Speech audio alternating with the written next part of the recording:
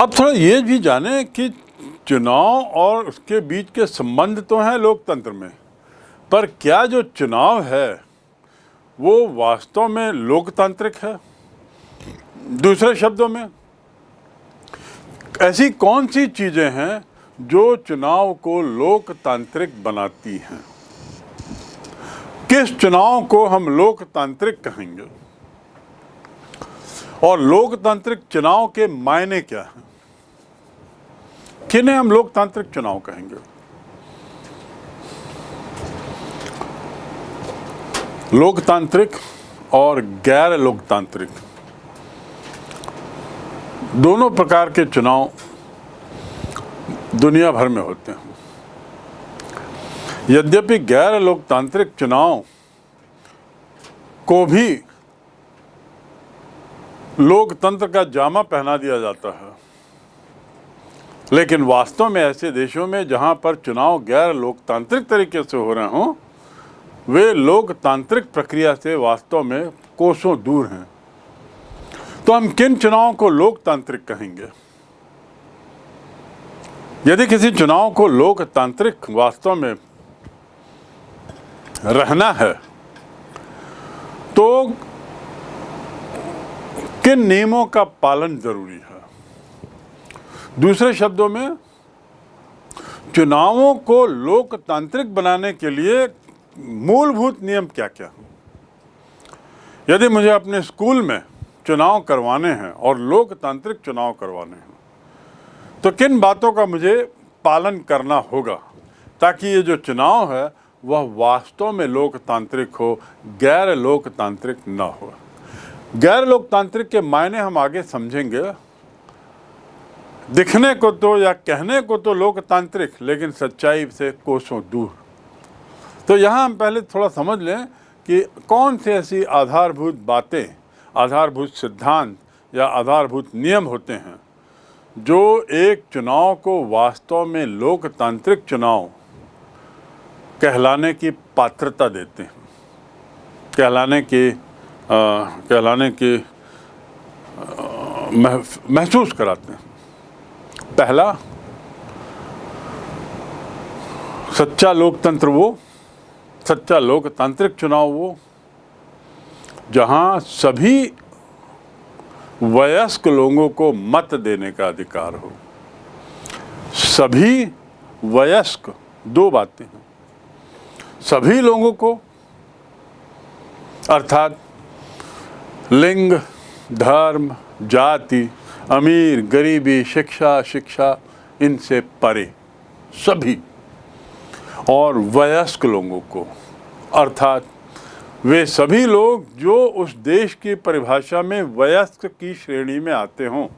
जैसे भारत में वयस्क मतलब 18 वर्ष जिन्होंने छू लिया हो, 18 वर्ष जिन्होंने पूरा कर लिया हो, वे वयस्क हैं। जो भी व्यक्ति किसी भी वर्ग का, समाज के किसी भी तबके का, किसी भी धर्म, लिंग, जाति, आर्थिक स्थिति, शैक्षणिक स्थिति जैसी भी हो, यदि वो 18 का है तो उसे मत का अधिकार है, और यदि ऐसा है तो वह चुनाव लोकतांत्रिक होगा, अन्यथा नहीं।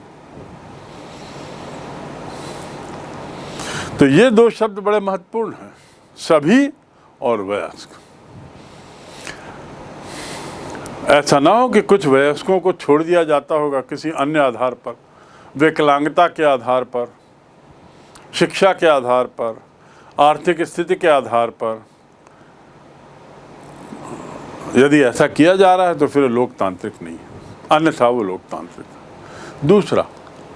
दूसरा नियम जो चुनाव को वास्तव में लोकतांत्रिक बनाए वह है एक व्यक्ति, एक मत और एक मूल्य।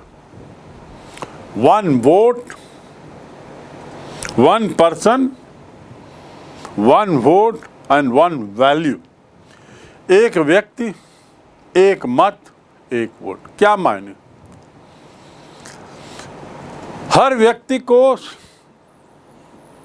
समान वोट देने का अधिकार है।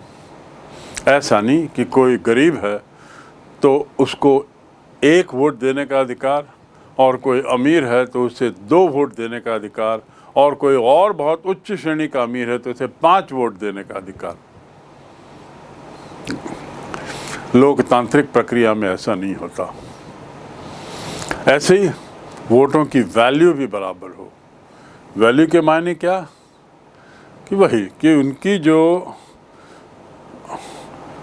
वोटों की जो स्थिति को बराबरी में मापा जाए, बहुत महत्वपूर्ण है। इसको और स्पष्ट करेंगे जब हम राज्यसभा का चुनाव या राष्ट्रपति के चुनाव का अध्ययन करेंगे, तो आपको स्पष्ट होगा कि 1 वोट होते हुए भी वोट की वैल्यू बदल सकती है। तो फिलहाल आप ये याद रखें कि सच्ची लोकतांत्रिक व्यवस्था में चुनाव लोकतांत्रिक हों, इसके लिए जरूरी है कि एक व्यक्ति, एक मत और एक वैल्यू हो, एक मूल्य हो। तीसरा नियम, चुनाव में हजारों उम्मीदवार होंगे पूरे देश में। चुनाव में पूरे देश की जनसंख्या की वयस्क संख्या जो 50, 60, 70, 80 करोड़ हो सकती है भारत जैसे संदर्भ में, वे मतदान करेंगे, मताधिकार का उपयोग करेंगे। इतने बड़े स्तर पे जो चुनाव है, ये चुनाव ठीक तरीके से हों, संवैधानिक प्रावधानों का, नियमों का पालन करते हुए हों, ये सुनिश्चित करने के लिए जरूरी है कि एक ऐसी मशीनरी हो, एक ऐसी संस्था हो, एक ऐसी व्यवस्था हो जो इन चुनावों का संचालन सुरुचिपूर्ण तरीके से कर सके, निष्पक्ष तरीके से कर सके, किसी के दबाव में न रहे। सरकार किसी एक दल की है। जब चुनाव होते हैं उस समय सरकार भंग रहती है, लेकिन सरकार का प्रभाव तो रहता ही है। कल्पना करिए ऐसी स्थिति में चुनाव के अधिकारियों पर सरकार का परोक्ष रूप से दबाव पड़ रहा हो, मतदाताओं के ऊपर या अधिकारियों के ऊपर या काउंटिंग में आदि। ऐसी स्थिति में चुनाव निष्पक्ष नहीं होंगे। इसलिए स्वतंत्र चुनाव, निष्पक्ष चुनाव कराने के लिए एक स्वतंत्र आयोग होना चाहिए। ये बहुत महत्वपूर्ण है। इस पर हम विस्तार से आगे पढ़ेंगे। फिलहाल आप ये समझ लें कि स्वतंत्र आयोग होना चुनाव को लोकतांत्रिक बनाने के लिए बहुत जरूरी है। चौथा बिंदु, ये चुनाव जो हैं, चुनाव नियमित हों, यानी काल पूर्ण होने पर चुनाव होना चाहिए। चुनाव कोई ऐसा नहीं कि जब इच्छा हुई तब चुनाव कराए। उदाहरण के लिए हमारे लोकसभा की यदि हम बात करें, संसदीय प्रणाली की, हमने हमारे देश में संसदीय लोकतांत्रिक व्यवस्था है। उस संसदीय लोकतांत्रिक व्यवस्था में संसद सबसे महत्वपूर्ण है। एक होता है अध्यक्षीय लोकतांत्रिक व्यवस्था, जिसमें राष्ट्रपति अध्यक्ष होता है और संसद उस हद तक गौण रहती है। जैसे अमेरिका में, वहाँ भी लोकतंत्र है पर वो अध्यक्षीय प्रणाली है। भारत में संसदीय प्रणाली है। श्रीलंका की यदि बात करें तो वहाँ पर अर्ध अध्यक्षीय प्रणाली है। ये सब अलग अलग लोकतंत्र की अलग अलग प्रणालियाँ हैं। भारत में संसद है, और यदि संसद की बात करें तो संसद का काल होता है 5 वर्ष। संसद के 2 सदन होते हैं। जब हम संसद कहते हैं तो वास्तव में संसद के 2 अंग हैं। पहला तो राष्ट्रपति और दूसरा है संसद। ये हमारे संसद के 2 अंग हुए। अब संसद जो है उसके स्वयं के 2 अंग हैं। एक है लोकसभा, दूसरा है राज्यसभा। इन दोनों सभाओं का अपना अपना निश्चित काल है। लोकसभा के सदस्य 5 वर्ष के लिए सदस्य चुने जाते हैं और राज्यसभा के सदस्य 6 वर्ष के लिए सदस्य चुने जाते हैं, यानी इनका कार्यकाल 5 वर्ष का और 6 वर्ष का क्रमशः होता है। दूसरे शब्दों में, लोकतांत्रिक व्यवस्था सच्ची तभी कहलाएगी जब लोकसभा का चुनाव हर 5 वर्ष में होए, राज्यसभा का चुनाव हर 6 वर्ष में हो जाए। राज्यसभा के चुनाव की प्रक्रिया के कुछ अलग तरीके हैं, उस पर हम बात करेंगे। फिलहाल हम केंद्रित करते हैं अपना ध्यान लोकसभा पर। और हर 5 साल में चुनाव अवश्य हो। ऐसा न हो कि एक बार चुनने के बाद जो सत्ता, जिस दल की सत्ता हुई या सरकार बनी, वह 5 वर्ष के कार्यकाल पूरा होने के बाद चुनाव नहीं करा रही है और 10 साल 15 साल तक बिना चुनाव कराए वह सत्ता पर बैठी हुई है, सत्ता की कुर्सी पकड़ी हुई है।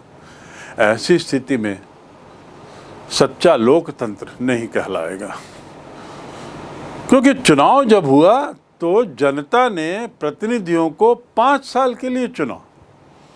जिस दिन 5 साल पूरा होता है, प्रतिनिधि स्वयं अपने आप हट जाएं और नए प्रतिनिधियों का चयन होए, उन्हें नया कार्यकाल मिलेगा। ये लोकतंत्र है। तो दूसरे शब्दों में, चुनावों का आयोजन जो है वह नियमित रूप से होता रहे, रेगुलरिटी हो। अगली बात जो चुनाव को लोकतांत्रिक बनाती है, अगला नियम, वह है जब चुनाव हो तो एक से ज़्यादा लोग होंगे तभी तो चुनाव होगा ना। उनके बीच में हम चुनाव करेंगे। यदि उम्मीदवार एक ही है तो चुनाव वाली बात ही नहीं। हमारे पास कोई ऑप्शन नहीं है, कोई विकल्प नहीं है। जब विकल्प नहीं है तो फिर क्या चुनाव। ऐसी स्थिति में अपने पसंद का प्रतिनिधि तो चुन ही नहीं सकते, क्योंकि एक ही व्यक्ति खड़ा हुआ है। दूसरे शब्दों में, एक सच्चा लोकतांत्रिक चुनाव वो है जहां एक से ज़्यादा उम्मीदवार हों, एक से ज़्यादा विकल्प हों और मतदाता को ये छूट हो कि वह अपनी पसंद का प्रतिनिधि चुन सके। विकल्प होना जरूरी है, ऑप्शंस होने जरूरी हैं। ये विकल्प ही चुनाव को लोकतांत्रिक बनाने में अहम भूमिका निभाता है। और अंतिम बात जो चुनाव को लोकतांत्रिक बना सकती है वह है कि प्रतिनिधि अंततः किसे घोषित किया जाए। एक क्षेत्र से 10 लोग चुनाव के लिए खड़े हुए, सभी वयस्कों को मत देने का अधिकार था, लोगों ने मत दिया, सभी के मतों के मूल्य एक था, सबको एक एक मत मिले थे, दिए गए थे। चुनाव आयोग जो एक स्वतंत्र संस्था है उसने चुनाव कराया। 5 वर्ष के कार्यकाल पूरा होने के बाद जो चुनाव हो रहा था, इसलिए चुनाव का नियमित आयोजन भी हो रहा था। चुनाव में जनता के सामने विकल्प भी थे, क्योंकि 10 लोग खड़े हुए थे चुनाव में, 10 अलग अलग विचार के लोग खड़े हुए थे, तो हमारे पास एक चॉइस भी थी। लेकिन जिसको सबसे ज़्यादा मत मिले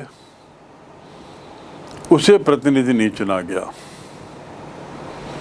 बल्कि जिसे दूसरे नंबर पे या तीसरे नंबर पे जो था मतों की संख्या के मामले में, सरकार ने या चुनाव आयोग ने उसे प्रतिनिधि घोषित किया। ऐसी स्थिति में ये चुनाव, भले ही वो बाकी ऊपर की पात्रता पूरी करता हो, अंतिम पात्रता पूरी न करने के कारण ऐसा चुनाव लोकतांत्रिक चुनाव नहीं कहलाएगा। अर्थात अंतिम महत्वपूर्ण बात जो लोकतांत्रिक बनाती है एक चुनाव को, वो है लोगों द्वारा पसंद किए जाने वाले उम्मीदवार को ही चुना जाना चाहिए। सर्वाधिक लोगों द्वारा पसंद किए जाने वाले उम्मीदवार को ही चुना जाना चाहिए, अर्थात जिसे सबसे ज़्यादा मत मिला है उसे ही प्रतिनिधि बनाया जाना चाहिए। लोकतंत्र में ही स्वतंत्र चुनाव हो सकता है, लोकतंत्र में ही निष्पक्ष चुनाव हो सकता है। चुनाव अलोकतांत्रिक या तानाशाही व्यवस्था में भी होते हैं, लेकिन बात कुछ और रहती है। मैं दोहरा दूं, चुनाव जो हैं वो अलोकतांत्रिक और तानाशाही व्यवस्था में भी होते हैं। अलोकतांत्रिक व्यवस्था कैसी कहलाएगी? जिसमें एक ही दल हो और किसी दूसरे दल को चुनाव में भाग लेने का अधिकार ही न दिया जा रहा हो, तो ऐसी स्थिति में उम्मीदवार भी एक ही होगा। तो ये अलोकतांत्रिक है। तो अलोकतांत्रिक व्यवस्था में सिर्फ एक ही दल प्रभावी होता है। इसके साथ ही अलोकतांत्रिक व्यवस्था वो भी होगी जहाँ पर मतदाताओं पर दबाव हो, मतदाताओं पर धमकी हो, मतदाताओं को भ्रष्टाचार के तरीके से अपनी ओर खरीदने की कोशिश की जा रही हो। अलोकतांत्रिक व्यवस्था वो भी है जहाँ पर स्वतंत्र आयोग जो है, जो चुनाव कराता है, वो वास्तव में स्वतंत्र नहीं है, दबाव में है। चुनाव कराने वाली जो संस्था है उसमें कार्य करने वाले कर्मचारियों को सदैव भय है कि यदि चुनाव सरकार के पक्ष में नहीं आए तो कहीं उनका ट्रांसफ़र ना हो जाए, कहीं उनके साथ उनको जेल में ना डाल दिया जाए, उन्हें अपराधी ना बना दिया जाए, आदि आदि। यदि ऐसे भय में ये काम करेंगे तो क्या वास्तव में लोकतांत्रिक व्यवस्था आएगी? नहीं। तो ये ज़रूरी है कि वे स्वतंत्र हों, इन लोगों के दबाव से स्वतंत्र हों। अब कैसे स्वतंत्र रहते हैं, कैसे इन्हें स्वतंत्र रखा जा सकता है, इसको हम आगे समझेंगे। पर बहुत जगह चुनाव आयोग जो है वो दबाव में काम करती है, वो अलोकतांत्रिक है। अलोकतांत्रिक व्यवस्था में कई बार देखा गया चुनाव की कोई अवधि नहीं। एक बार चुनाव हुआ, उसके बाद 10-15 वर्षों तक चुनाव नहीं हुए, कोई अवधि ही नहीं रही। ऐसा चुनाव भी अलोकतांत्रिक है। जब सत्ता को लगे कि जीत की हवा हमारे पक्ष में है, उस समय चुनाव कराए, ये नाजायज़ है, ये गैर लोकतांत्रिक है, ये अलोकतांत्रिक है। चाहे हवा का रुख सत्ता पक्ष की ओर हो या उसके उल्टे हो, एक लोकतांत्रिक व्यवस्था में निश्चित काल के बाद चुनाव कराना जरूरी है, निश्चित अवधि होती है, उस अवधि के उपरांत चुनाव कराने जाने चाहिए, अन्यथा यह अलोकतांत्रिक है। ऐसे ही अलोकतांत्रिक व्यवस्था में मताधिकार का अधिकार भी प्रभावित किया जाता है। मताधिकार का अधिकार भी भेदभावपूर्ण होता है। किसी न किसी कारणों से बहुत से वयस्क लोगों को मत देने का अधिकार से वंचित कर दिया जाता है। कुछ ऐसी बातें की जाती हैं जिससे बहुत से वयस्क लोग अपने मत डालने से वंचित हो जाते हैं, वंचित कर दिए जाते हैं, वंचित हो जाते हैं। चुनावी व्यवस्था इतनी कॉम्प्लेक्स कर देते हैं कि सामान्य अशिक्षित आदमी इस व्यवस्था को समझ नहीं पाता और मत नहीं डाल पाता। ये चुनाव भी अलोकतांत्रिक ही कहलाएगा, क्योंकि उसमें मताधिकार को लेकर भेदभाव होता है। इसके खिलाफ एक लोकतांत्रिक देश चुनाव को लेकर कुछ आधारभूत नियम बनाता है। उस देश के संविधान में चुनाव के लिए कुछ नियम लिखे जाते हैं,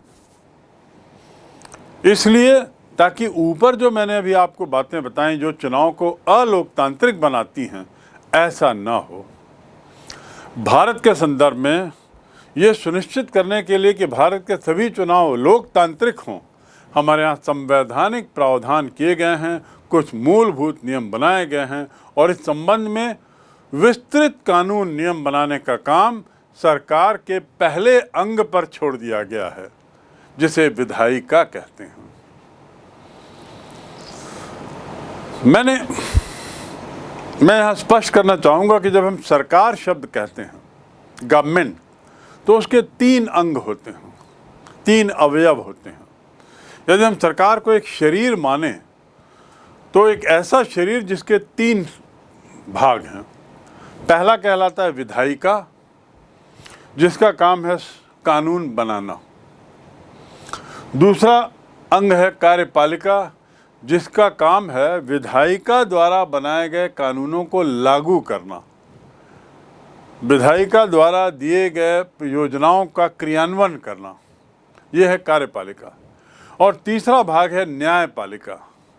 न्यायपालिका सरकार का वह अंग है जो तीसरा है, और उसका काम है ये देखना कि इस विधायिका अपना काम कानून के अनुसार कर रही है कि नहीं, संविधान के अनुसार कर रही है कि नहीं। कार्यपालिका अपना कार्य दायरे में रहते हुए कर रही है कि नहीं, अर्थात कानूनी पक्ष को, न्याय के पक्ष को देखने का काम न्यायपालिका करती है। तो ये 3 अंग हैं। मैं बात कर रहा हूं विधायिका की। लोकतांत्रिक देश में चुनाव संबंधी नियमों को बनाने का काम विधायिका पर छोड़ दिया जाता है। और विधायिका किनसे बनती है? संसद से। संसद में कौन बैठते हैं? जनता के प्रतिनिधि, क्योंकि जनता तो बैठ नहीं सकती, इसीलिए अप्रत्यक्ष चुनाव के तहत जनता अपने प्रतिनिधियों को बैठाती है, और ये प्रतिनिधि कानून बनाते हैं। कुछ मूलभूत कानून चुनाव के नियमों को गवर्न करने के लिए। तो इस संबंध में ये बात स्पष्ट है कि नियम कानून संबंधी बनाने का काम विधायिका पर छोड़ दिया है। ये जो मूलभूत नियम की जो मैं बात कर रहा हूँ, ये हमें क्या बताते हैं? मूलभूत नियमों से हमारा क्या तात्पर्य है, क्या बताते हैं हमें? तो फिर विधायिका किन मूलभूत नियमों, मूलभूत बातों को ध्यान में रखते हुए कानून बनाती है जिनका संबंध चुनाव से है? पहला, ये मूलभूत नियम जो हैं सामान्यतः हमें ये बताते हैं कौन मत देने के योग्य है, अर्थात योग्य देने की पात्रता किन्हें है, मत देने की पात्रता किन्हें है, किन में योग्यता है, ये पहला बिंदु। दूसरा मूलभूत नियम, उसका संबंध होता है चुनाव लड़ने के योग्य कौन है, मत देने के योग्य कौन है, मत डालने के योग्य कौन है, और जिसे मत देना है उसकी क्या योग्यता होनी चाहिए। कौन लोग योग्य हैं चुनाव की उम्मीदवारी के लिए, यह निर्धारित करना, यह भी मूलभूत नियम होता है। तीसरा, चुनाव की देखरेख कौन करेगा, इस बात को स्पष्ट करना बहुत जरूरी है। इससे पहले जो मैंने बातें की उसमें इन बिंदुओं को लेकर कुछ चिंताएं भी थीं कि ऐसी स्थिति में यदि इन बिंदुओं पर ध्यान न दिया जाए तो चुनाव गैर लोकतांत्रिक हो जाता है, अलोकतांत्रिक हो जाता है। कहने को वो लोकतांत्रिक होगा, पर वास्तव में अलोकतांत्रिक चुनाव ऐसा हो जाएगा यदि चुनाव की देखरेख करने वाली संस्था स्वतंत्र और निष्पक्ष न हो। दूसरे शब्दों में कि विधायिका जब नियम बनाती है संविधान में, या संविधान में जो प्रावधान किए गए हैं उसमें मूलभूत जो नियम है वो सामान्यतः ये भी बताएगा कि चुनाव किसकी देखरेख में होगा, उसका प्रावधान संविधान में होना जरूरी है। चौथा, उम्मीदवार की योग्यता तय हो गई, मतदाता की योग्यता तय हो गई, चुनाव कराने वाली संस्था के बारे में बात हो गई। अब अगली बात जो आती है कि मतदाता अपना प्रतिनिधि कैसे चुनेगा, क्या प्रक्रिया होगी, कैसे चुनेगा, चुनने का तरीका क्या होगा। क्या प्रतिनिधि के घर सब लोग इकट्ठे हो जाएं और जिसके घर सबसे ज़्यादा इकट्ठे हुए वो प्रतिनिधि, या अपने अपने घर से सेल फोन से व्हाट्सएप में मैसेज भेज दिया हमारा प्रतिनिधि ये होगा, जिसकी काउंटिंग में जिसका सबसे ज़्यादा निकला वह प्रतिनिधि, या कुछ और तरीका, कागज़ से होगा या मशीन से होगा या और अन्य संचार माध्यमों से होगा, कैसे होगा। तो मतदाता अपना प्रतिनिधि कैसे चुनेगा, इसको लेकर भी कुछ आधारभूत नियम लोकतांत्रिक देश के संविधान में बनाए जाते हैं। अगला, मत यदि डल गए तो मतों की गिनती कैसे होगी, कौन गिनती करेगा।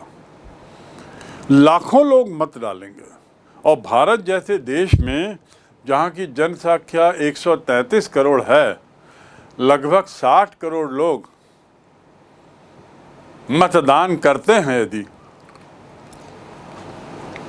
इन 60 करोड़ लोगों के वोटों की गिनती कैसे होगी, कहां होगी, आदि आदि कितने दिन लग जाएंगे, ये बहुत बड़ा प्रश्न है। तो इसका निराकरण भी बहुत ज़रूरी है और ये सुनिश्चित करना ज़रूरी है कि इस बात को लेकर मतगणना कैसे होगी और प्रतिनिधि का चुनाव कैसे होगा, इसका संवैधानिक प्रावधान कर लिया जाता है लोकतांत्रिक चुनावी प्रक्रिया में।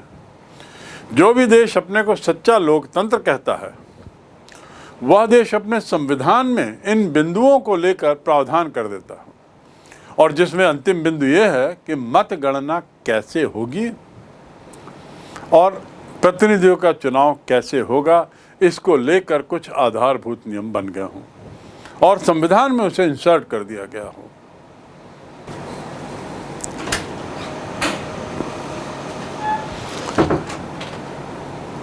अन्य लोकतांत्रिक संविधानों की तरह भारत का संविधान भी इन प्रश्नों का उत्तर देता है।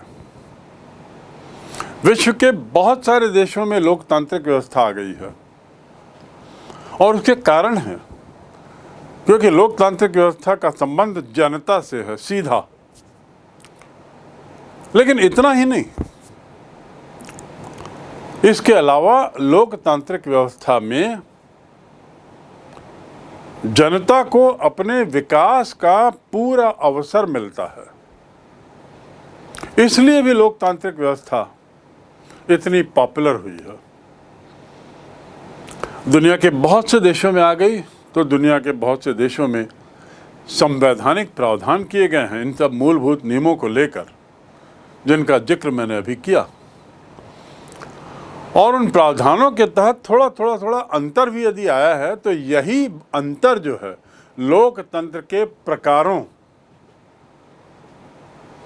की ओर इशारा करता है। हैं तो सभी लोकतंत्र, पर उसके अलग अलग शेड हैं। भारत भी उसमें अछूता नहीं है। भारत का लोकतंत्र भी एक अपने तरीके से लोकतंत्र होते हुए भी यूनिक है। लेकिन यूनिक होते हुए भी भारत का संविधान जिन मूलभूत नियमों की मैंने बात की है उन प्रश्नों का उत्तर देता है। अर्थात संविधान में कुछ मूलभूत नियमों की संवैधानिक व्यवस्था कर ली गई है।